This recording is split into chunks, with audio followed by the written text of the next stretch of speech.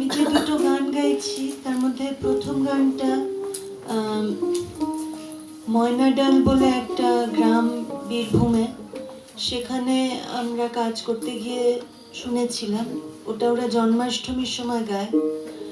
দুদিন ধরে ওদের নন্দোৎসবের উৎসব হয়। ওরা মানে সেটা শুধু গান করেন না, কায়িক পরিশ্রমও বটে, কারণ সারাদিন ধরে না খেয়ে গান করেন। বাড়ির পুরুষরাই গান করেন শুধু। আর এই এই প্রথাটা ওদের প্রায় 50 বছর ধরে চলছে। তো আর শেষে, একেবারে শেষে ওরা দুদিনের শেষে যখন খুব ক্লান্ত হয়ে গেছে শরীর, সেই সময় ওরা একটা গান করেন যেখানে সবাই মিলে তাদের পূর্বপুরুষদের নাম বলতে থাকেন। তো নাম বলেন এবং ওরা ওরা মিত্র ঠাকুর পরিবার, ফলে ওরা নাম বলতে থাকেন এবং পরপর যখন নাম বলেন, পুরনোদের নাম বলতে থাকেন, অনেক পুরনো প্রাচীন মানুষদের নাম বলেন। ধীরে ধীরে যখন ওদের নাম বলাটা আরো এগিয়ে আসতে থাকে, ওদের জানার সময়ের কাছাকাছি যত আসে, তত সেই নাম বলাটার মধ্যে আবেগ জড়িয়ে যেতে থাকে। ফলে ওরা তখন তাদের একেবারে জানা মানুষদের, ঠাকুর দাদা, বাবা, এদের নাম বলছেন। যত বলেন তত গলা কেঁপে যেতে থাকে।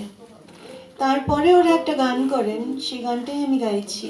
সেই গানটাতে এরা, আমার পরে মনে হচ্ছে যে এরা তো এই মাটিতে থাকা মানুষ, 500 বছর ধরে এখানে এদের পরিবারের এরা ইতিহাসই বলেন, এবং এরা সেই গান করেন, নিজেদের মাটির গান করেন, নিজের ঘরের গান। কিন্তু যদি যারা ঘরচ্যুত মানুষ, তারা যদি সেই গান করে, তাহলে সেই গানটা একটু অন্যরকম হয়। তো এখানে যে রাজনীতির কথা হচ্ছে, যাদের কথা হচ্ছে, তারা অনেকেই আসলে দেশচ্যুত, ঘরচ্যুত, ঘর ছেড়ে চলে আসা এবং নতুন ঘর খোঁজা মানুষের গল্প, যাদের কথা আমরা স্মরণ করছি, যাদের থেকে আমরা শেখার চেষ্টা করছি। তো সেই জায়গা থেকে ওই মানে একদম স্থায়ীভাবে থাকা মানুষের গান আসলে ঘর হারানো মানুষের গান হয়ে যায়।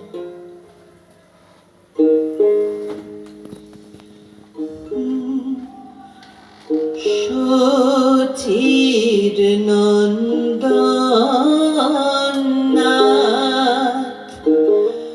দয়া করো মোরে, সচির নন্দনাথ দয়া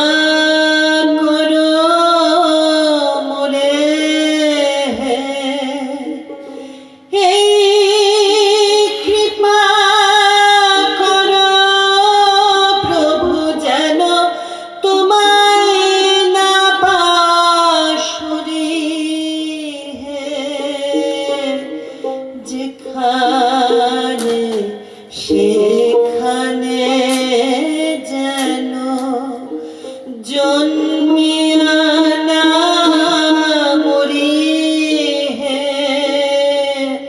যেখানে সেখানে যেন জন্মিয়া না মরি হে। কুকুর করিয়া রেখো যেন নিজ ভক্ত গৃহে, যেখানে তোমার যাত্রা মহোৎসব নাই হে, যেখানে তোমার যাত্রা মহোৎসব নাই হে। ইন্দ্রলোক হইলে তাহাও নাহি চাই হে, সচির নন্দনাথ।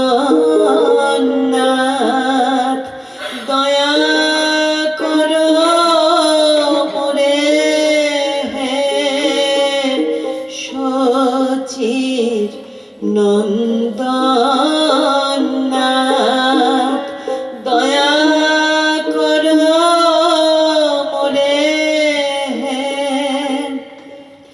এই কৃপা করো প্রভু যেন তোমায় না বাসুরে,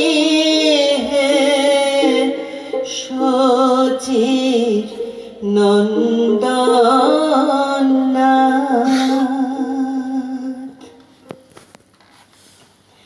ওই পরের গান